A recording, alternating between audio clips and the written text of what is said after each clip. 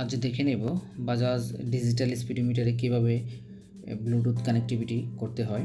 So Bluetooth কানেক্টিভিটির জন্য আমাদেরকে play store থেকে একটা অ্যাপ ডাউনলোড করতে হবে। ওই অ্যাপটার নাম হচ্ছে Bajaj ride connect. Bajaj ride connect play store থেকে আপনারা ইনস্টল করে নেবেন। আমার এখানে ইনস্টল করাই আছে। সো আমি এখন ওপেন করে দেখব এটাকে। ওপেন করার পর দেখবেন এখানে একটা সাইন আপ অপশন আছে।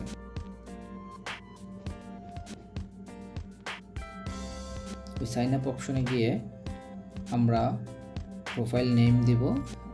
আমি আমার নামটা দিচ্ছি এখানে, যে যাদের নামটা দিবেন এখানে দেওয়ার পরে দেখেন নিচে আছে ভেহিকেল আইডেন্টিফিকেশন নাম্বার। ওখানে একটা কিউআর কোড আছে স্পিডোমিটারের উপরে। এই কোডটা স্ক্যান করবেন অথবা এই স্যাসিস নাম্বারটা এখানে বসিয়ে নিজে ম্যানুয়ালি বসিয়ে দিলে পারেন।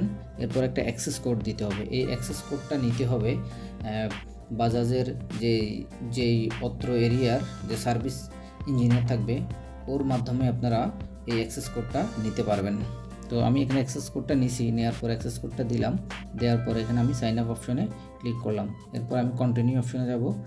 অপশনে যাওয়ার পর এখানে আমার যে অ্যাক্সেস কোডটা দিয়েছি আমি এখানে, এটা আমাকে নতুন করে আবার দিতে হবে। তো আমি আমার মতো করে একটা অ্যাক্সেস কোড এখানে আবার দিয়ে দিচ্ছি। সেটা হচ্ছে 1 2 3 4 5 আমি একটা দিয়ে দিলাম। আপনারা চাইলে আপনারা যে কোনো সংখ্যা দিতে পারবেন, তবে এটা নিশ্চয়ই মনে রাখবেন আপনারা কী দিয়েছেন। এরপরে কিছু আমাদের কোশ্চেন আসবে, যেমন একটা সিকিউরিটি কোশ্চেন আছে, what is your favourite bike. তো আমি আমার এখানে F250টাই দিয়ে দিলাম। আপনারা যে যার মতো যে পছন্দনীয় বাইক সেটা দিতে পারেন। দেন আরও কিছু কোশ্চেন আছে, ওই কোশ্চেনগুলো আমি দিয়ে দিলাম। যেখানে হচ্ছে what is your favourite animal. তো অ্যানিমাল আমি এখানে ক্যাট দিয়ে দিচ্ছি। তার পছন্দ যেটা সেটা দিতে পারবেন, চাইলে অন্য কিছু দিতে পারবেন। এখানে দেখা গেছে আমার যে ভেহিকেল আইডেন্টিফিকেশন নাম্বারটা চলে আসছে, মডেলটা চলে আসছে। আমি যদি আমার বাইকটাকে একটা নাম দিতে চাই, ইউনিক একটা নাম দিতে চাই, সেই নামে আমি যা ইচ্ছে তাই দিতে পারবো। নিচে এখানে কিছু চাইলে আমার ডকুমেন্টগুলো আমি আপলোড করে রাখতে পারি। এখন আমি এটাকে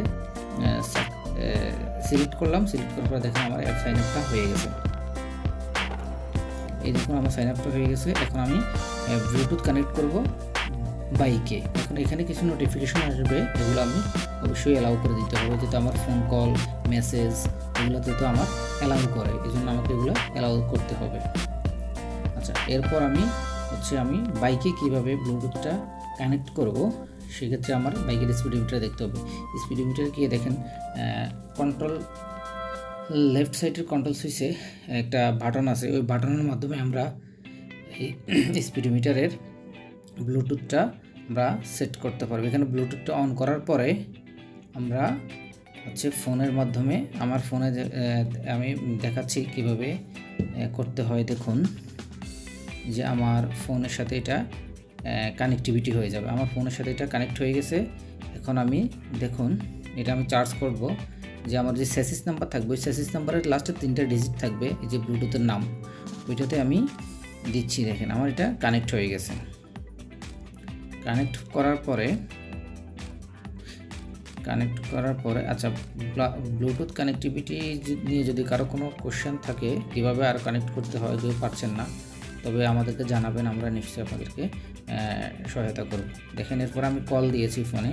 কল দেওয়ার পরে আমার এই যে ফোনের কল আসছে, সেটা থেকে এই ফোন দিয়েছে এটা দেখাচ্ছে। আমার এই যে কলের একটা আইকন আছে, আইকনটা ব্লিঙ্ক করতেছে, তার মানে এখন আমি ফোনটা রিসিভ করতে পারবো। এখন রিসিভ করার জন্য আমাকে কি করতে হবে, হাতের বাম পাশের কন্ট্রোল সুইচে দেখবেন যে বাটনটা আছে, আমি দেখাচ্ছি এই বাটনটা।